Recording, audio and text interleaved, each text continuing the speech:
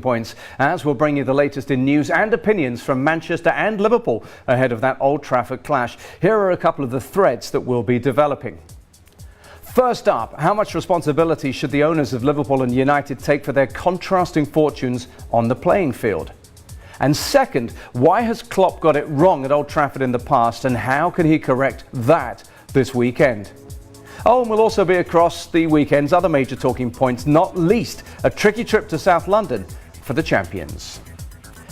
Well, let's get straight, shall we, into this round of matches. It's a ninth match week of the season. Fantastic fixtures. I'll deal with 4 of them in detail in my weekend watch a bit later on the show. And if you go to our Facebook page, I'll give you a stat in just one thing on all of these matches. Just a quick glance at the table, because obviously for Liverpool, they can match Manchester City's all-time great winning run of Premier League football, but also they could stretch out to 27 points. Where are Manchester United, I hear you cry? They are down there in 12th place. And if fixtures and results don't go their way, they could end this weekend in the bottom 3, as crazy as that may sound. So little wonder this is the big one. What's going to happen in the game? Well, I went on Twitter earlier on today and I launched a Twitter poll with a very straightforward enough question. I was just asking what's going to happen in this game. Is it going to be a Liverpool win? Is it going to be a Manchester United win? Is it going to be a draw? A short while ago it was 60% in favour of a Liverpool win.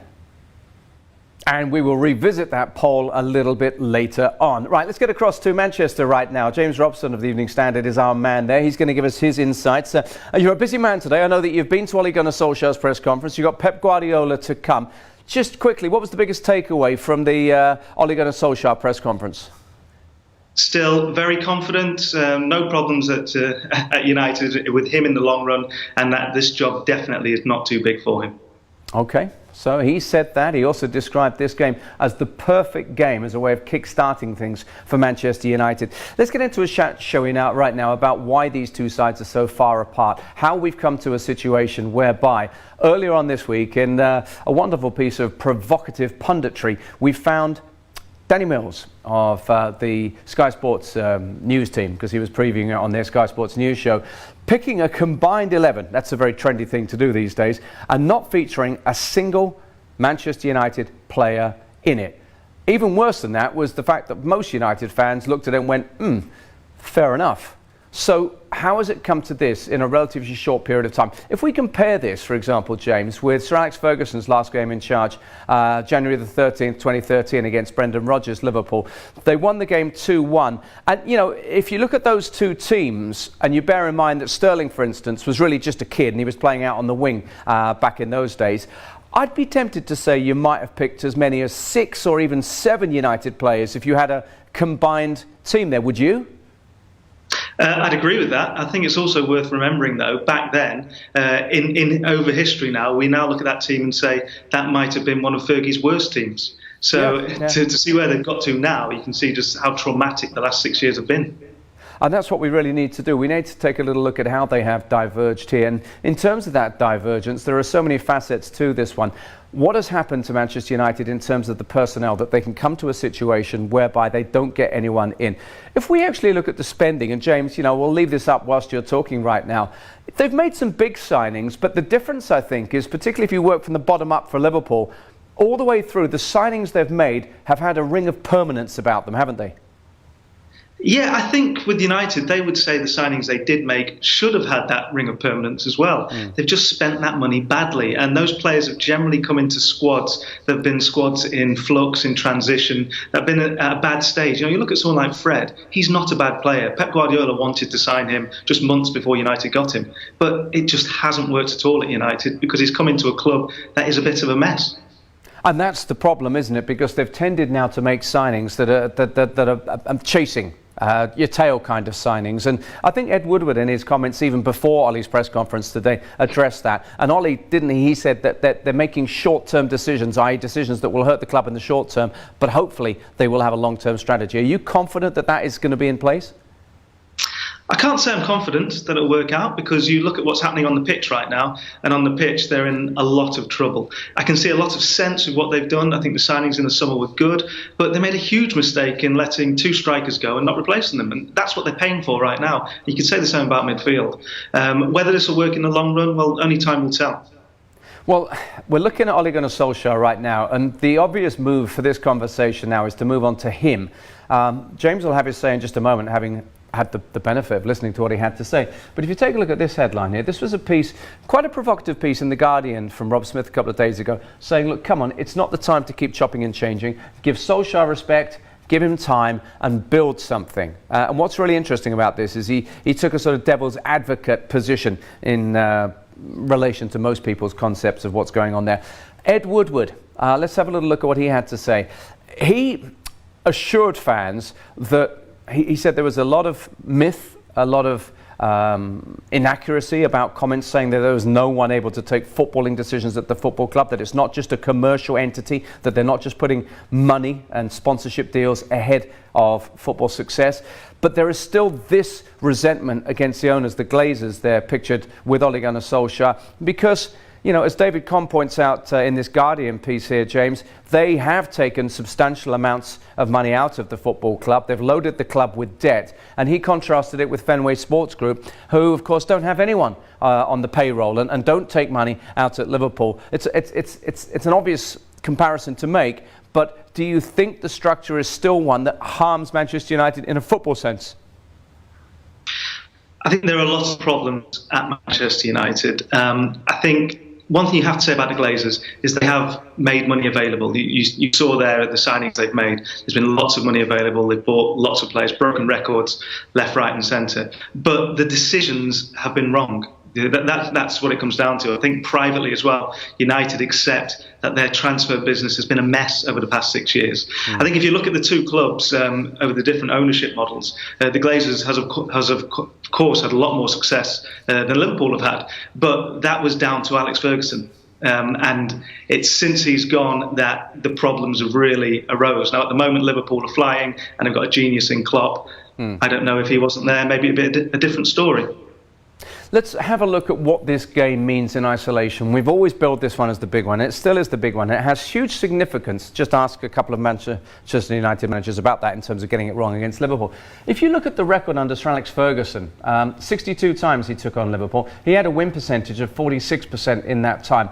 So obviously these were tight games and games that he didn't dominate. Now if we look at what has happened post-Fergie, there hasn't been actually that much of a drop-off. The win percentage is down to 40% over the 15 games played under various post-Fergie managers. But the reality of this situation is that this is one of those situations where you say form can go out the window. In fact, if you look at Liverpool with only one win at Old Trafford in the past decade, and if you look back over the last 6 matches, you'll see that Jurgen Klopp, of course, and we'll talk about this a bit later on, just isn't very good at getting anything going there. In fact, he hasn't managed to score a goal from open play.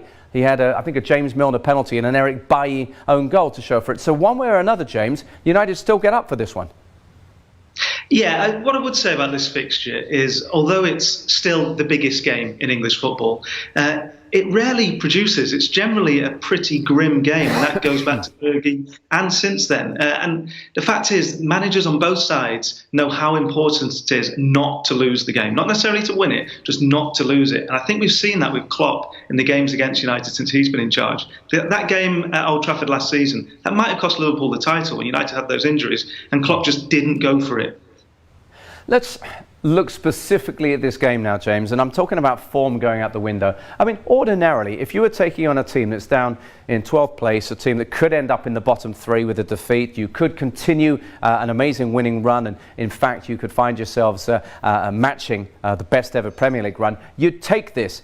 But if we look at some of the headlines ahead of this one, you sort of say United again find themselves in the face of adversity. Even in a game last year in which they managed to lose 3 players to injury in the first half, Klopp seemed to settle for a 0-0. Look at that, Pogba and De Gea, 2 key performers, out for Manchester United. So again, you say to yourself, it's stacked against them. Pogba, a distraction for them. This is the injury list here, so obviously those are the 2 key ones there. Lingard and Bailly injuries there. Doubts over 1 or 2 key players. Martial, James will be able to fill us in on this in just a moment here. But the back page of the Daily Mirror today with a picture of Pogba chatting in Dubai with Zinedine Zidane, obviously reading into it what they wanted to read into it. This is not positive. Or is there a positive? Rashford, who's been struggling for form lately, will he be able to drop out left and maybe attack from the wide areas and get at Liverpool's fullbacks a little bit? That was the thoughts of Darren Fletcher saying that Rashford could be the key to this one. So James, I look at this and, on paper, it shouldn't be a contest. Liverpool, if they turn up and do what they've been doing, should win this one. But these games don't always work out like that, do they? No, I totally agree with you on paper. This isn't a contest. Liverpool are so far ahead of United. It's frightening, and that's even without United's injuries. But what I would say is, how damaging would it be for Klopp to go to Old Trafford and lose to their biggest rivals? That they're flying at the moment. They're running away with the title at the top of the league. If they were to go to their biggest rivals and lose, you don't know how damaging that could be psychologically for the rest of the season. Now, I've been speculating on, what might happen from Solskjaer here, particularly talking about the way Rashford, for instance, might be able to harm Liverpool. Team news-wise, selection-wise, what do you expect the United game plan to be? Solskjaer's hoping that Anthony Martial will be able to play some part. Now, whether that's from the start or from the bench, the thinking is he might be able to play 45 minutes, maybe at the most. Likewise, Aaron Wan-Bissaka, the midfield, that just looks like a real problem area, because without Pogba in it, he is the one world-class midfielder they've got. Without him there, you do worry. Well, Scott McTominay, Matic, who he's getting slower. Who plays in that number 10 role if Jesse Lingard isn't there? Even if Jesse Lingard is there, who plays in it? Because he's had a pretty terrible season so far. That midfield looks like a key area for me, and I don't see how United can boss it. Thanks, James. Let's get some feedback away right now. Atava has said this might be Klopp's biggest test, considering he hasn't won at Old Trafford. We just know that Liverpool are going to score goals at will. By the way, between them, Salah, Mane and Firmino have only scored 1 goal in 16 combined appearances against United. Wesley says Man United Liverpool's the kind of fixture when form and quality go out the window. We've been saying that all along. Will he go to defend and counter Solskjaer? You would imagine he will. Okay, more thoughts on the game from the Liverpool perspective with a Liverpool guest up next.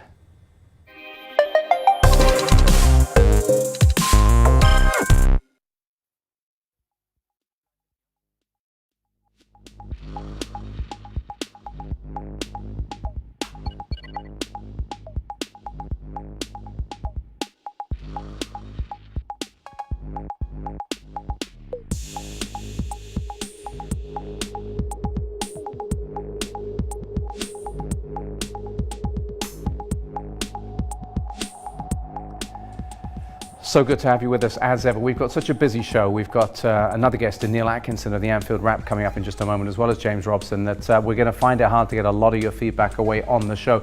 But rest assured, keep it flooding in. I'll jump onto that Facebook page as soon as I can after the show, and we can really get this one working. Keep it coming in. See you in just a moment.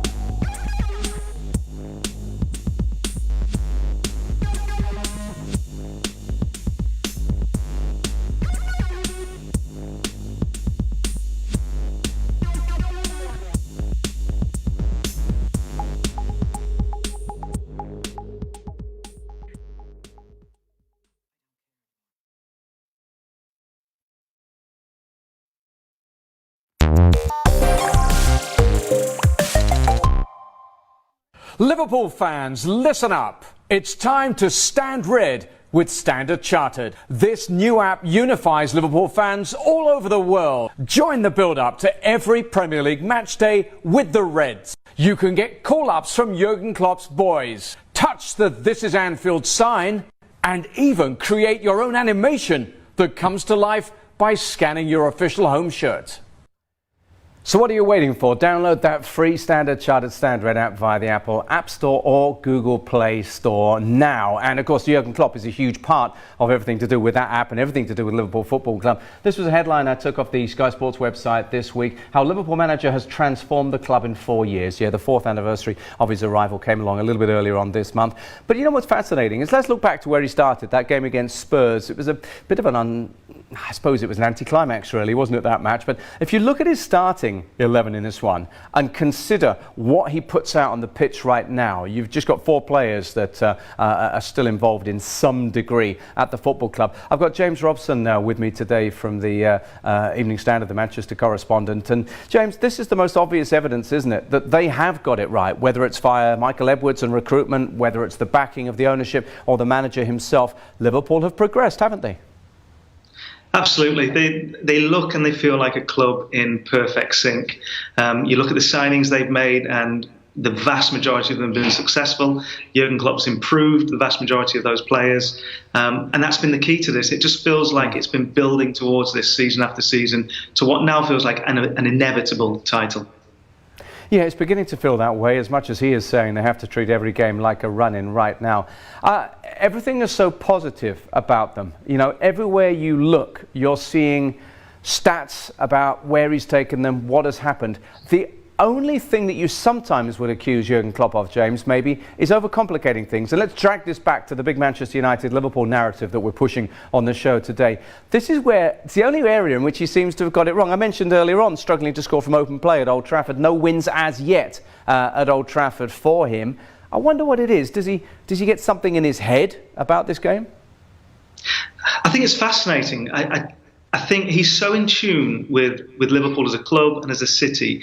I think he realises just how big a game that is. This is interesting because if you think a couple of years ago when Jose Mourinho took United to Anfield and he played out that 0-0 draw and got so much criticism, well, Klopp was happy to play out a 0-0 draw as well, just as he was at Old Trafford last season. And I wonder in this game, I wouldn't be surprised if he was happy to do that again. And I think that's just his acceptance that how damaging it could be if he loses to the old enemy.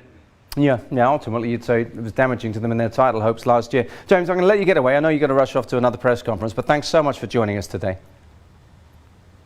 That's James there from the Evening Standard in Manchester for us. I just got a tweet I want to bring you before we move on with another guest here. I just love the colours in this one here. This is Klopp's 4 years of league results. Lost as many games in the first 9 as he has in the last 60, and as Andrew Beasley tweeted, you might call that progress. I think you definitely do call that progress. Let's have a quick look in at the positivity surrounding Liverpool, because unlike Manchester United, who had that De Gea and Pogba news, the good news is they've got a choice of goalkeepers here, with the number 1 coming back in the shape of Alisson. And to react to that good news, we're going to go to Merseyside and our go-to guy in Liverpool, who is Neil Atkinson of the Anfield Wrap podcast. Neil, thanks very much for being with us. There's always a buzz ahead of this United game here. What's the team news for Liverpool? What do you expect Klopp to do in terms of the 11 he sends out?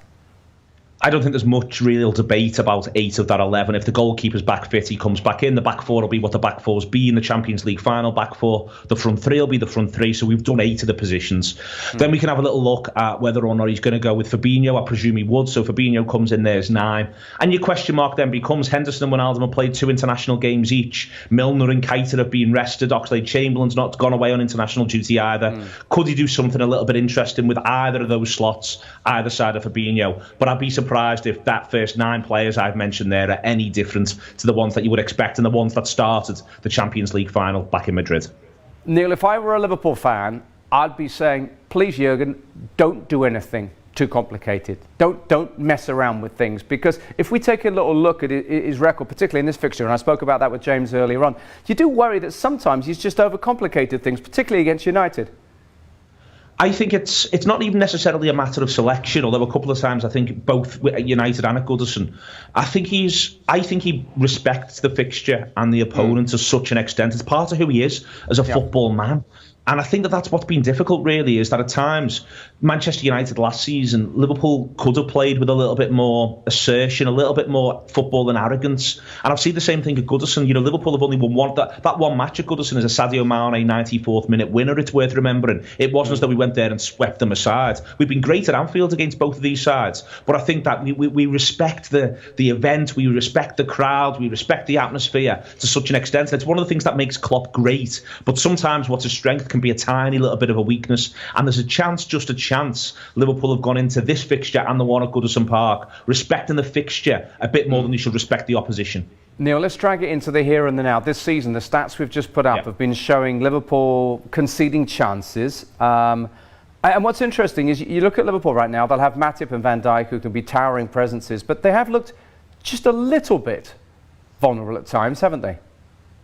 Yeah, I think the way in which they're vulnerable is not dissimilar to Manchester City, although it's worse for City, is they defend 2-on-2 at times. Liverpool push right up the pitch. What hasn't happened is that when Liverpool have got set, people haven't been able to get through them. You've got the stat there that, deep progressions into Liverpool's final third and into the penalty area, really, no one's done it well. Passes inside the penalty area, Liverpool are on 3 and the league average is 20 conceded. So when that happens, they're great, but Liverpool can be counted on. And there's a little thing here where we're going to talk about Manchester United and their shortcomings, but United have attacked badly all season. Liverpool are really good at stopping sides from attacking well, but it isn't like United have. So Liverpool don't change United's reality in this game. What they do is they just say to Manchester United, the way you've been looking like you're going to score all season, set pieces, the occasional breakaway or long shots, that's the way you're most likely to score here. So it's worth bearing that in mind. Liverpool can't be complacent about that. United might not get much of a kick in our final third, but then they haven't been getting much of a kick in anyone's final third. Yeah, so I think, Neil, the way I'm reading this one is this, and I think you were echoing something that James said earlier on. It's very much Klopp being mindful of the game. Now, with that in mind, look, remember this fixture last season, a procession of injuries for Manchester United, who were down on their knees. I mean, they'd had some good form from Ole Gunnar Solskjaer anyway. But, Klopp seemed satisfied not to go for the win in that game here. What will happen this time? If United play the way they have, i.e. struggling to create chances from open play, surely they're there for the taking. Surely you go for it. I think so, yeah. I think it was so injury hit because Liverpool also, Firmino went off in that from our point of view as well. I think there was 4 injuries in the first half, and so the football match never settled into a pattern. Now that's freakish. It shouldn't happen again. What Liverpool have done well since that game, and before that game, but since that game and into this season, is turn the screw, put the pressure on. Liverpool have been great in the period just after half-time in most of the games they've played this season. And I think that Manchester City, when they went there in April, it was 0-0 at half-time, and they turned the screw and ground this Manchester United side down. That's what I want to see Liverpool do. I want Liverpool to run them into the ground, play at an intensity they can't cope with, an intensity they can't live with. And I reckon United's discipline, which by the way frayed last season, Rashford was very fortunate to stay on the pitch for the full 90 minutes. I think that United's discipline may get away from them, the shape may get away from them, and that's where Liverpool will win the game. But it will not be a procession. It will not be a procession at Old Trafford. Neil, thanks as ever for the insights and for the passion. Always a pleasure talking to you. Always a pleasure. Man United doesn't get bigger. Really great game to look forward to, and you're doing that. Johnny Michael Tan says Klopp got one monkey off his back with the Champions League win. Now to get off the other monkey, win at Old Trafford. Lots of confidence amongst the Liverpool fans, and that's reflected in the final results of the Twitter poll I've been running. Yep, there it is. Liverpool, 60% of those who responded saying that Liverpool will win the big game at Old Trafford this weekend. Not just about this game, of course. I'll have a look at the others in Weekend Watch when we come back after this.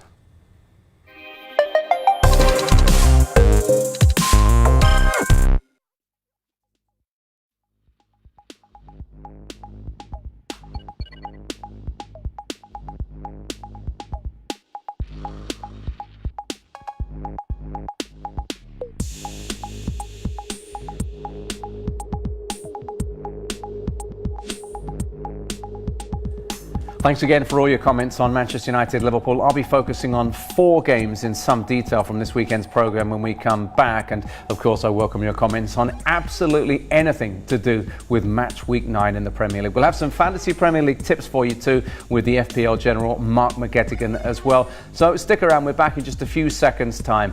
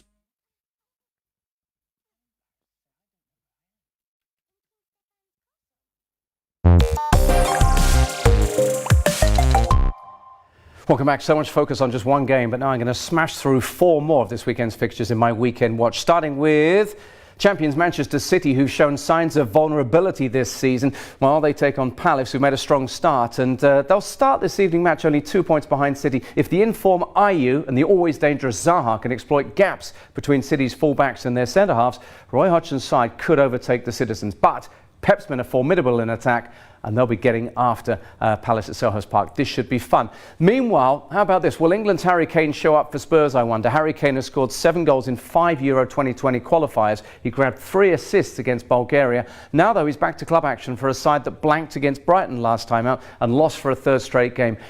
Can he and his team afford a similar flop against Watford? Watch this one very closely. Now, will the Hammers dent Silva's career prospects? 4 straight defeats for Everton, who are in the relegation places, and manager Marco Silva's methods are being loudly questioned at Goodison. Defeat there against this unpredictable West Ham side could seal his fate almost exactly 2 years after Koeman got the boot. Lastly, the Foxes face a test of their top 4 credentials as 4th host 7th at the King Power this weekend. Leicester taking on Burnley. The Foxes went down to Liverpool before the break. They've got to bounce straight back if they're going to continue challenging the biggest of the boys. Dyche's resolute Burnley have won 2 of their last 3 games. They've only been beaten away once from Turf Moor. The likes of Vardy and Maddison must put the week's distractions aside if the Foxes are going to continue flying high. Right, let's get to some Fantasy Premier League. And here to talk that is the FPL General, Mark McGettigan. Mark, thanks very much for joining me. Right, OK, so much talk about your club, Manchester United against Liverpool this weekend. But I just want to ask you this. Liverpool have been supplying so many great FPL point scorers, and I'll put them up for you in just a moment. But can you trust them in this fixture? Recent seasons have suggested maybe not.